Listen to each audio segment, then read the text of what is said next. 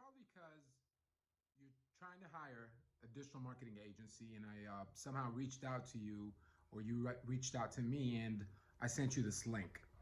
And this video is basically to introduce myself and my experience in digital marketing, and to educate my potential clients about digital marketing and what to expect from a digital marketer and how to hire a digital marketing agency, whether it's me or anyone else.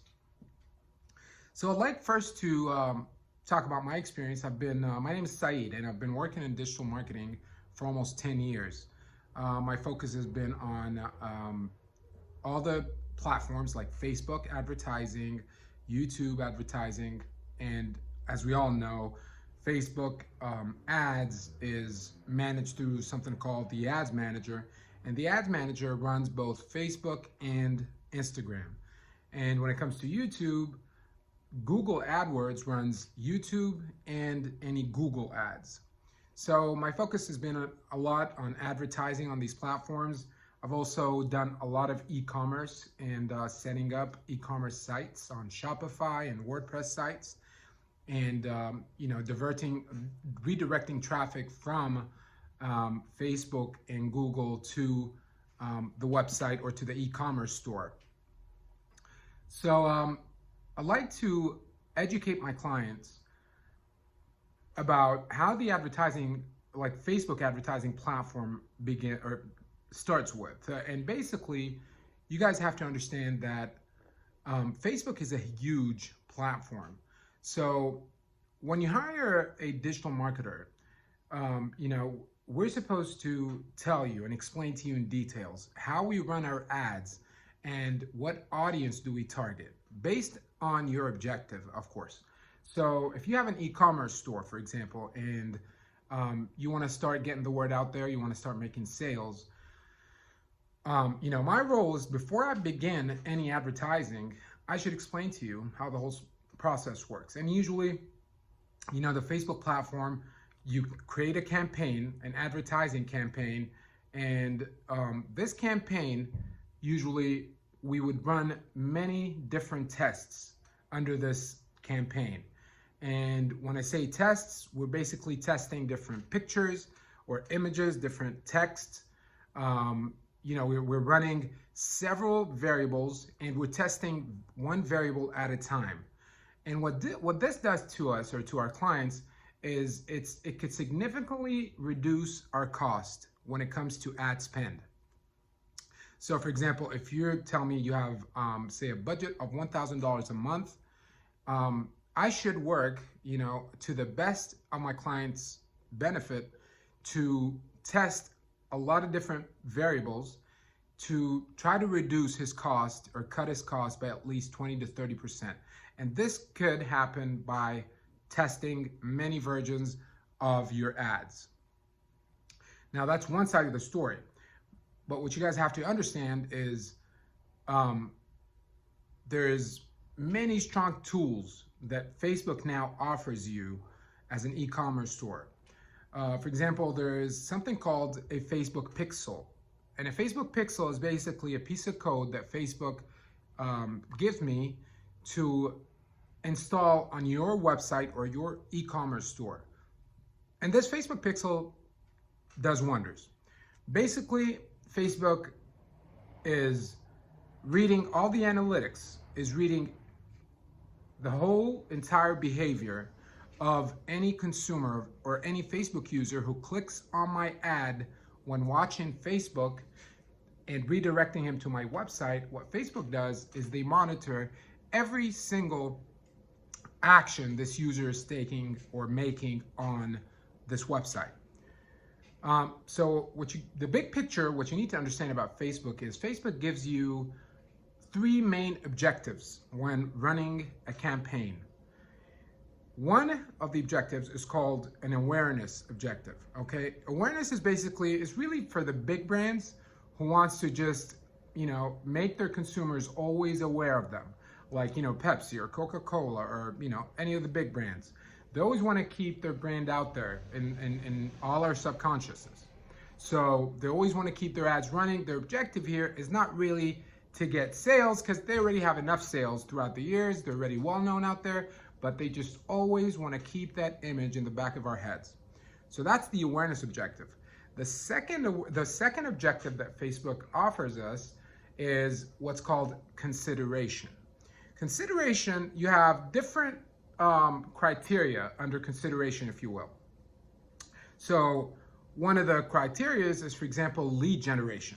So what happens is, if I'm a service provider, if I'm a doctor, if I offer nutrition therapy, if I offer real estate, like if I'm a real estate agent, what I can do is I can start targeting people by lead generation, which basically I'm telling Facebook, please optimize for leads.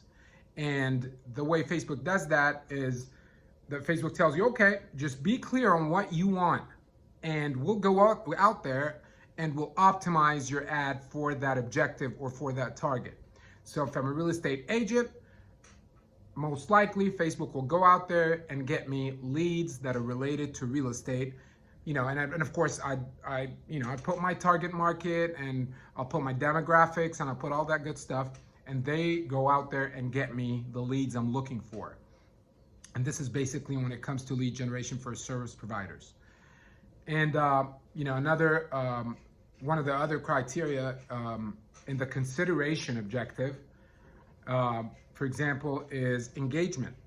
And what engagement's doing is basically Facebook's telling you, okay, I'm gonna optimize that post or the ad of yours to get you tons of engagement at the lowest cost possible. So this engagement could be likes or reactions, different reactions. It could be video views for people to watch my video. It could be a lot of shares. So they're basically going out there to get you tons of engagement. So the objective here is not sales, okay? So you guys have to really understand what Facebook is doing here, because Facebook's telling you, be clear with me. Tell me what your objective is. I'm gonna go out there and optimize your ad. So you guys have to be clear what you want as a client, and the good thing about engagement objective is you can always start with an engagement objective of trying to get a whole hype around your product. So you want to get a lot of reactions, you want to get a lot of comments, tons of comments on that product, because this is going to help you later on convert these customers to actual buyers. Now, let me talk about the third and final objective that Facebook offers you, which is called conversions, okay? And conversions is, if you're an e-commerce store, that's the type of conversion or objective you're looking for. And what Facebook is doing here, Facebook is telling you, okay, if you're looking for people to purchase your product, I'm gonna optimize for those. So they tell you, okay, do you wanna optimize under conversions now? We're under conversions, okay? So basically Facebook's telling you, do you wanna optimize for people who is adding to cart? Or do you want to optimize for people who are only viewing your content but potentially are gonna buy? Or do you want to optimize for people that are checking out, or like went to the checkout page, initiated the checkout but never checked out?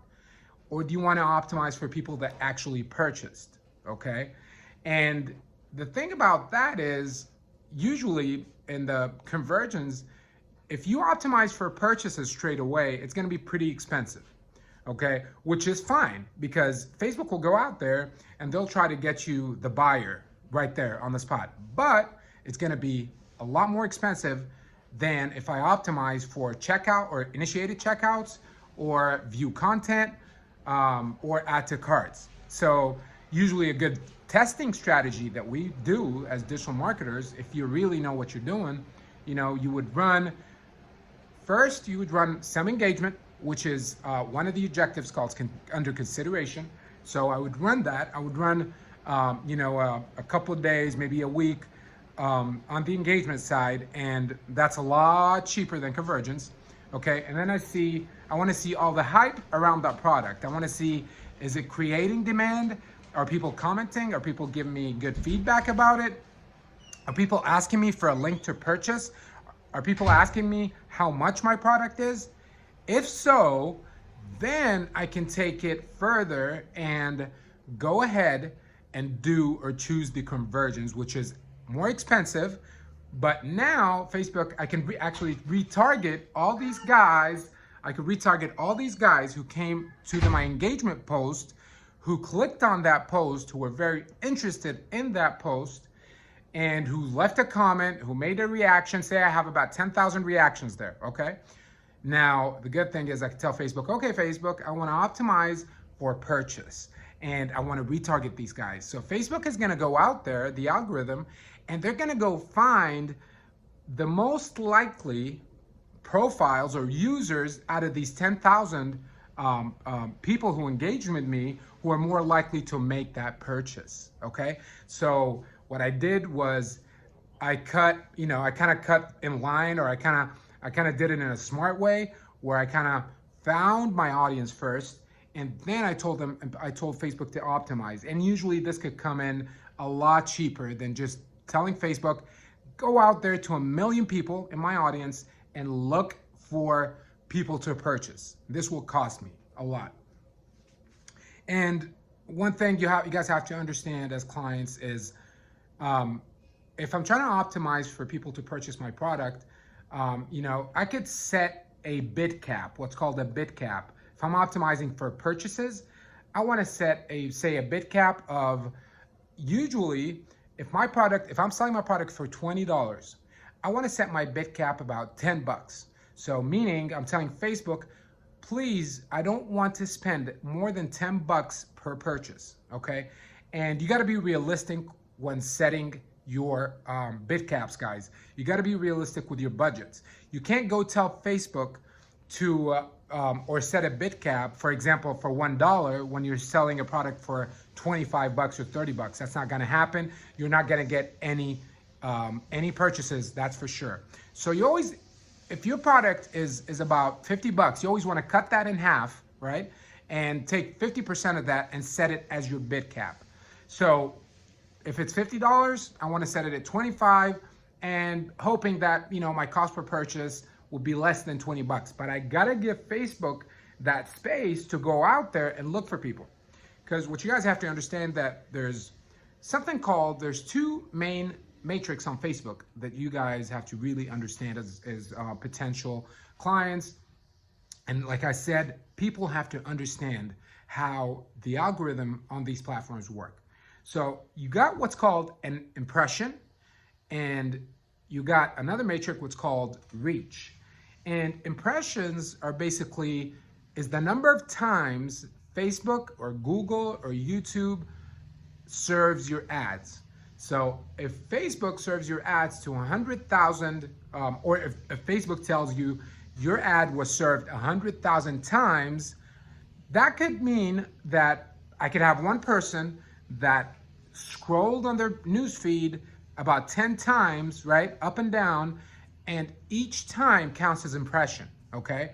So Facebook here gives you the whole entire total of impressions that were served to people. All right, now let's talk about reach. So reach is kind of like the unique impressions, okay? So reach is basically saying, okay, your ad effectively was seen by 700,000 people, which means that here Facebook didn't double count with the reach, right? So they're telling you that you have 600,000 different unique IP addresses that watched or saw your ad. So reach and impressions are always very, very important to analyze, always, guys. And basically, when another very important cost measure is what's called a cost per 1,000 impressions. And a cost per 1,000 impressions is basically Facebook is telling you that it's costing you, say, $5 to get out there and serve your ad to 1,000 people, okay?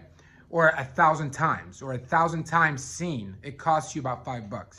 So usually our target as digital marketers is to lower that cost per 1,000 impressions. So at times, I get a cost per 1,000 impressions for $1 or $2. It all depends on the testing strategy that we're running. So if you guys have a very successful ad that's running and you're making really good money through that ad, don't be very excited about that, because you need to test a lot, because you could actually be overspending. Okay, you can actually, if you're testing enough, you can actually cut that cost, from 20 to 30 to 40%, sometimes even 50% for clients that don't know and are not educated enough. So I made this video, I'm sorry that it took too long, but I really wanted to explain all this to any potential clients who usually, because I have to go through with this whole introduction every time I speak to a client. So I thought maybe make a video out there and send you guys the link so you can watch it and several times. Now there's a lot more, when we talk about Google and YouTube.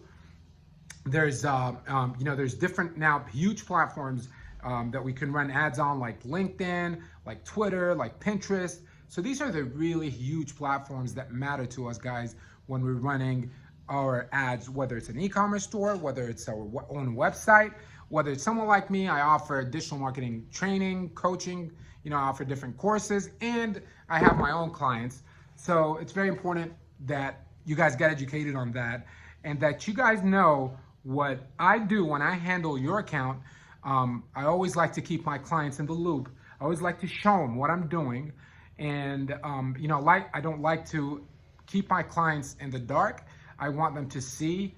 I want to take their continuous feedback about my different, target markets, my different audiences, my different demographics, because you're the owner of your business.